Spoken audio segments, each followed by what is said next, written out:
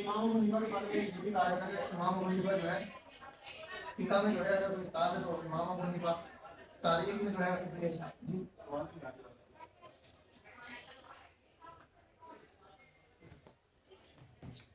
فقہ کے اندر جو ہے وہ کہتے ہیں امام ابو حنیفہ کا فادر آف جورسپروڈنس، اور تاریخ میں ہسٹورین جو ہے سب سے بڑے فادر آف ہسٹری ابن اسحاق، اسلامی جورسپروڈنس، اسلامی ہسٹری کے اندر حدیث کے اندر جو ہے وہ فادر مانے جاتے ہیں امام مالک، اللہ کو کہا جاتا ہے، اور تفسیر کے اندر مقاتل ایک نام ہے، انہیں مانا جاتا ہے کہ یہ جو ہے فادر ہے۔ امام ابو حنیفہ جو ہے انہوں نے جو ہے سب سے پہلے بتایا تھا کہ ریشم کا کاروبار کرتے تھے، انہیں نے مسائل آئے، اس کے بعد انہوں نے اس کا حل تلاش کیا، تو پھر ان کو ماننے والے آگے ہو گئے، یہ بڑا اچھا ہے۔ جیسے مثال میں ایک مثال دے دیتا ہوں، مثال کے طور پر ہوتا ہے کہ جو کانٹریکٹ ہوتا ہے اس میں دونوں پارٹیاں سامنے ہونی چاہیے، اور جو سبجیکٹ میٹر جس چیز کو وہ بیچ رہے ہیں وہ بھی سامنے ہو۔ اب یہ میں آپ سے کانٹریکٹ کر رہا ہوں، مجھے چینی دے دو 5 کلو، چینی دکھائی نہیں رہا ہو، ہاں بس مل جائے گی آپ کو، میں چیز دیکھوں گا، اس کو بیان دے دوں گا، پھر اس کے ساتھ کانٹیکٹ کروں گا، ہاں مجھے اس کی 80 بولیاں دے دوں۔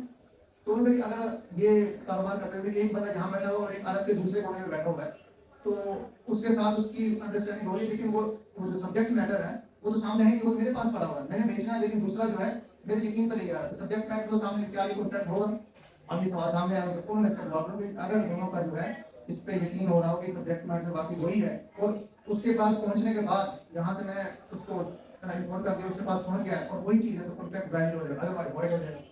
اب وہ شروع میں ڈیبیٹ کرنے لگے ہیں کہ آیا کانٹریکٹ ہونا کہ نہیں ہونا، کوئی سی بھی ڈیبیٹ میں لگا کہ کیوں نہیں ہوگا، اگر وہ جو ہے وہی چیز میں نے اس کو پہنچا دی ہے، چاہے سبجیکٹ میٹر اس کے پاس ابھی نہیں ہے، ہونا تو ضروری ہے کہ دونوں پارٹیاں وہاں ہوں، سبجیکٹ میٹر وہاں ہوں، کنسیڈریشن ہو تو ہو جائے گا کانٹریکٹ۔ اب وہاں دوسری پارٹی تو وہاں کا جب اس کے پاس پہنچے گا، اگر وہ وہی چیز ہے وہی نس ہے تو میں نے اس کو پہنچا رہا ہوں تو وہ کانٹریکٹ ویلڈ ہے۔ تو یہ میں نے مثال دی ہے، اس طرح کی جو ہے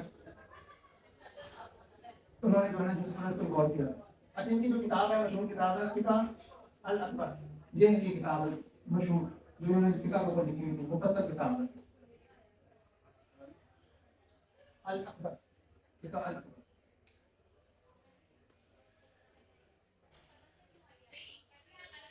پھر ان تمام کے شاگرد جو ہیں ان کا ان کے شاگرد کو ڈسائپل آپ امام ابو حنیفہ نمبر 1 امام یوسف، نمبر 2 امام احمد بن حنبل، نمبر 3 امام شافعی، نمبر 4 نبوی۔ تو امام یوسف جو ہے ان کے شاگرد ہیں، ان کے کافی شاگرد ہیں جس میں ان میں لیکن مشہور جو تھے امام یوسف تھے، امام محمد تھے، امام شیبانی تھے۔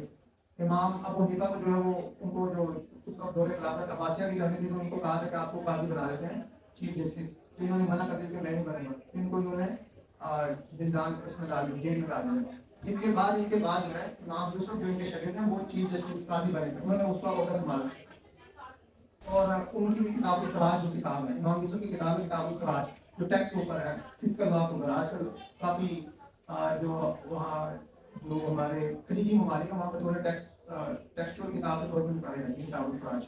ابو یوسف امام محمد امام شیبانی یہ ان کے شاگرد ہیں، اور جو حنفی اسکول آف تھاٹ کی مشہور کتابیں ہیں اور بتایا جس میں الہدایہ بہت مشہور کتاب ہے، اس کو بہت کوٹ بھی کیا جاتا ہے سپریم کورٹ کے، اگر آپ ججمنٹ دیکھیں اور فیڈرل سیریز کورٹ کے دیکھیں اس میں الہدایہ کتاب کو بہت زیادہ جو کوٹ کیا جاتا ہے، اور الہدایہ میں جو ترجمہ تھا وہ ہملٹن نے کیا تھا، انگریز تھا 1930 کے اندر ہملٹن نے اس کتاب کا ترجمہ کیا تھا، ابھی تک اسی کا ترجمہ چل رہا ہے، اور کسی نے کوشش نہیں کی کہ اس کو ترجمہ کرنا ہے، انگلش میں اس کا ہی چل رہا ہے کیونکہ یہ عربک میں تھی، فارسی اور عربی میں، تو ہملٹن نے اس کو جو ہے ترجمہ کیا تھا۔ اس کے بعد فتاوی عالمگیریہ، یہ حنفی جورس کی جو ہے وہ کتاب ہے، فتاوی عالمگیریہ جو عالمگیر کے زمانے میں جو ہے وہ بنائی تھی۔ اور اس کے بعد فتاوی قاضی خان ہے، فتاوی الکبیر ہے، دار المختار ہے، سراجیہ ہے، وراثت کے اوپر ہے سراجیہ، یہ مشہور کتاب ہے۔ اب میں اس کا بتا رہا ہوں مطلب حنفی جورسٹ کی کتابیں مشہور کتاب، یہ ان کی کتابیں فتاوی عالمگیریہ، فتاوی قاضی خان اور سراجیہ، دار المختار، سراجیہ جو ہے وراثت کے اوپر ہے۔ یہ امام ابو حنیفہ کا ہم نے شارٹ سے کرنے باقی اور کافی باتیں ان کے لیکن ہم اس پہ شارٹ کریں۔ اب ان کے بعد جو ہے ایک یہ ہے کہ امام ابو حنیفہ از اونلی سکسیسر، جس کو ہم اردو میں کہتے ہیں تابعین، وہ ہوتا ہے جو صحابہ کو جس نے دیکھا یا صحابہ سے سیکھا ہے، تبع تابعین جس نے تابعین کو دیکھا ہو، صحابہ کو نہ دیکھا ہو، تابعین سے سیکھا ہو، تبع تابعین سے کہتے ہیں، ہم دعا میں کہتے ہیں تابعین تبع تابعین اور یہ کرام صوفی کرام ایسے کرتے ہیں، تو یہ اونلی سکسیسر تھے جنہوں نے ڈائریکٹ صحابہ سے سیکھا تھا، وہ ان کے کچھ استاد ہیں اس پہ نہیں رہنے والے، بس یہ کہ کون سکسیسر ہے، اس کے نیچے جتنے بھی دوسرے اسکول آف تھاٹ ہیں یہ نیچے انہوں نے ڈائریکٹ صحابہ سے سیکھا، تبع تابعین۔ جیسے امام مالک جو ہے وہ امام ابو حنیفہ کے شاگرد ہیں، امام شافعی جو ہے امام مالک کے شاگرد ہے، اور امام احمد بن حنبل جو ہے وہ شافعی کے شاگرد ہے۔ امام احمد بن حنبل جو ہے امام شافعی کے شاگرد ہیں، اور امام یوسف کے بھی شاگرد ہیں۔ امام یوسف ابو حنیفہ کے جو شاگرد ہیں ان کے وہ ان کے استاد ہیں، مطلب انہوں نے دونوں اسکول آف تھاٹ سے پڑھا ہوا ہے، اختلاف اپنی جگہ لیکن انہوں نے دونوں اسکول آف تھاٹ سے پڑھا ہوا ہے۔ امام ابو یوسف یہ کیا سکتا ہے کہ امام مالک جو ہے ان کے استاد کون ہیں؟ امام ابو حنیفہ۔ امام شافعی کے استاد کون تھے؟ امام مالک تھے۔ اب آئے تھے امام مالک پہ، سب سے پہلے کہ یہ امام ابو حنیفہ کے شاگرد تھے، اور عبداللہ ان کا اصل نام ہے۔ میں اس کا آگے لکھ دیتا ہوں۔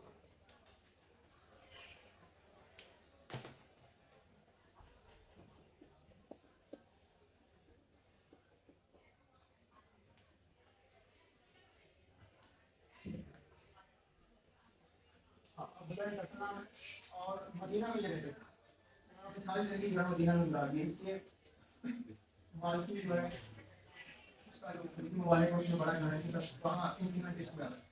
اور ان کی جو موسٹ امپورٹنٹ کتاب ہے، ایک جو کتاب کی جو ہے کتاب موتا کتاب، کتاب سننا بھی نہیں کتاب ہے، موتا کتاب ہے۔ اس کے اندر جو ہے کمپائلیشن آف حدیث کی گئی ہے، اس میں کمپائلیشن آف حدیث کی 1720، 10,000 سے زیادہ اس کے اندر احادیث تھی، لیکن بعد میں اس کو فلٹر کر کے موڈیفائی کر کے جس میں چین ملتی تھی، جس کی چین آف ٹرانسمیشن بک تھی، پھر 1720 ہے۔ ان کی جو کتاب ہے اس کے اندر احادیث کی تعداد 1720 ہے، پہلے 10,000 تھی، اس کو کمپائل کر دیا۔ یہ کتاب ہے جو مسند کتاب ہے، جو احادیث کے اوپر پہلی کتاب ہے مدینہ کے اندر ہے۔ اصل نام کا عبداللہ تھا، بس اتنا استعمال ہے۔ اب آ جاتے ہیں امام شافعی۔ امام شافعی جو ہیں وہ ان کے شاگرد ہیں امام مالک کے۔ غزہ میں یہ جو ہے وہ پیدا ہوئے ہیں، وہاں کے رہنے والے ہیں۔ یہ پہلے غزہ جو ہے وہ شام کا حصہ تھا، اب تو فلسطین جو ہے وہ کہلاتا ہے، لیکن اس وقت شام کی سرحد میں آتا ہے۔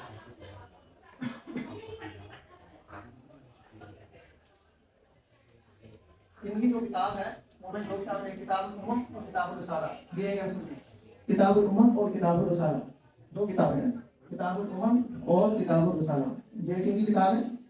امام شافعی، اور یہ رضا ہے۔ ان کے بارے میں جو ہے ایک دو چیز ہے کہ انہوں نے کس چیز کو جو ہے وہ الاؤ کیا ہے، نئی چیز جو ہے جس کے بارے میں زیادہ مشہور ہے، جیسے امام ابو حنیفہ جو ہے استحسان کے بارے میں مشہور ہے، استحسان کا ڈاکٹر ہے جو سیکنڈری سورس آف بات۔ یہ جو ہے اجماع، انہوں نے الاؤ کیا تھا کہ اجماع، اگر مدینہ کے اندر جو مسلمان رہ رہے ہیں وہ اگر ایک چیز پر متحد ہو جاتے ہیں تو اس کو جو ہے وہ سورس آف لا ہی سمجھا جائے گا، سیکنڈری سورس آف لا، اس کو قانون سمجھا جائے گا۔ اب یہ اجماع جو ہے مدینہ کے لوگ اکٹھے ہو گئے، پوری امت اکٹھی ہو گئی ہے، وہ اس کی اتھینٹیکیشن کچھ سے زیادہ بڑھ جائے گی۔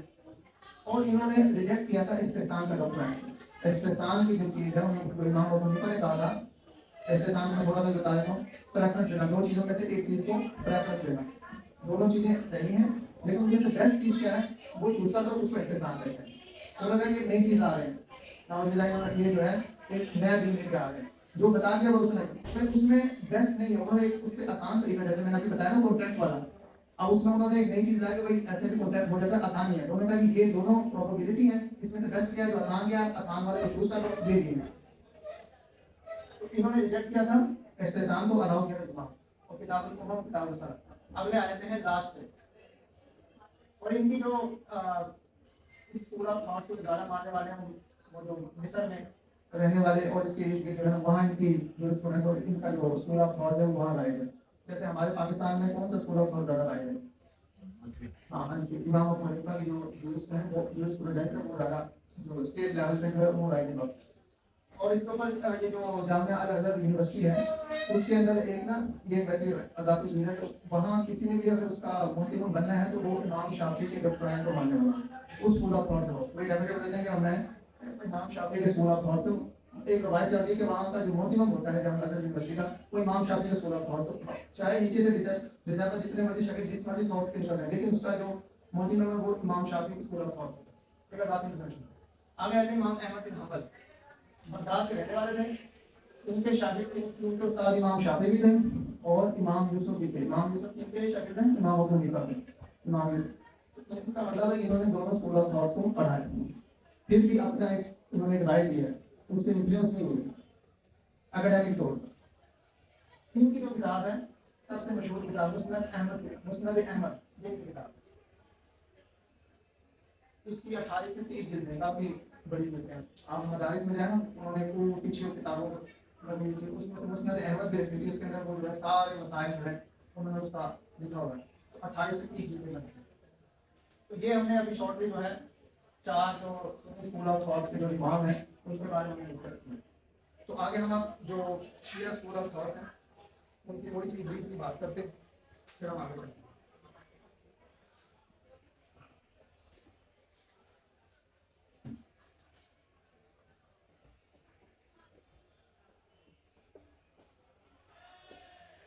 بیسیکلی یہ 3 ہے۔ نمبر 1